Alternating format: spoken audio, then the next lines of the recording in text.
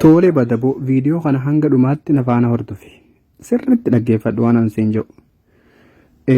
Jaarsatu jaartii irratti nama biraa ergee akka namni biraa qammasu moonii hayyamti moon hayyamtu jechuudhaan nama biraa itti erge.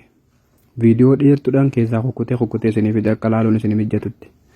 Intalti inni dhufee itti fakkeessee amantana bilbilee fi bilbilaan wajjin haasa'anii inni amma shintibeeti yookaan mana fincaanii gaafatee mana fincaanii kutiin deebi'aa eeggadha.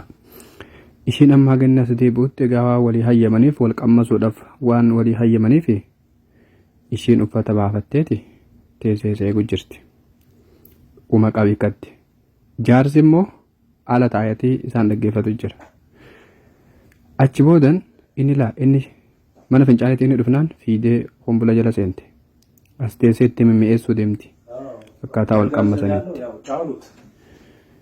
Kun amma bilbilaan amma haasa'u jira amma mana fincaaniitti gabba'ee. San boodan tattaanii waliin haasa'uu jalqaban. Lafaa haatee gartaatti fakkeesseetti mimmi'eessee jennaani har'a qammasee galteetteeti. Abbaan mana ishii immoo guyyaa halkanumtii mana buleeti borumtii kanatti ergee fi ala dhaabbatee dhaggeeffatu jira. Agartee dhalaate shamara keenya maaloo of eeggannaa godhaa. Piraankiidha amma kun kaameeraa inni dhokseeti isa ishii bira taa'ee itti haasa'u jira. Tole dhumarratti wal godhan waliin ilaalla. Itti fakkeessu jira. Laal kaameeraan nuti ilaal jee kaameeraa agarsiisa. Ishiin ammaan tan amanuu hin dandeenye.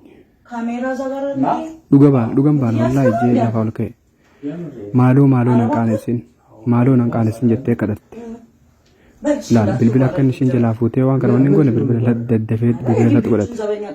Ishiin fira mammarkuu maaloo nan qaanessin irratti sodaadhaatti kadhatte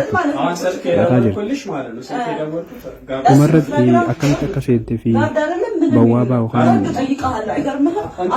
eegduu balbala irratti bilbila jetteeti loluu jalqabde waan fala malatu inni kaameeraa isaa fudhate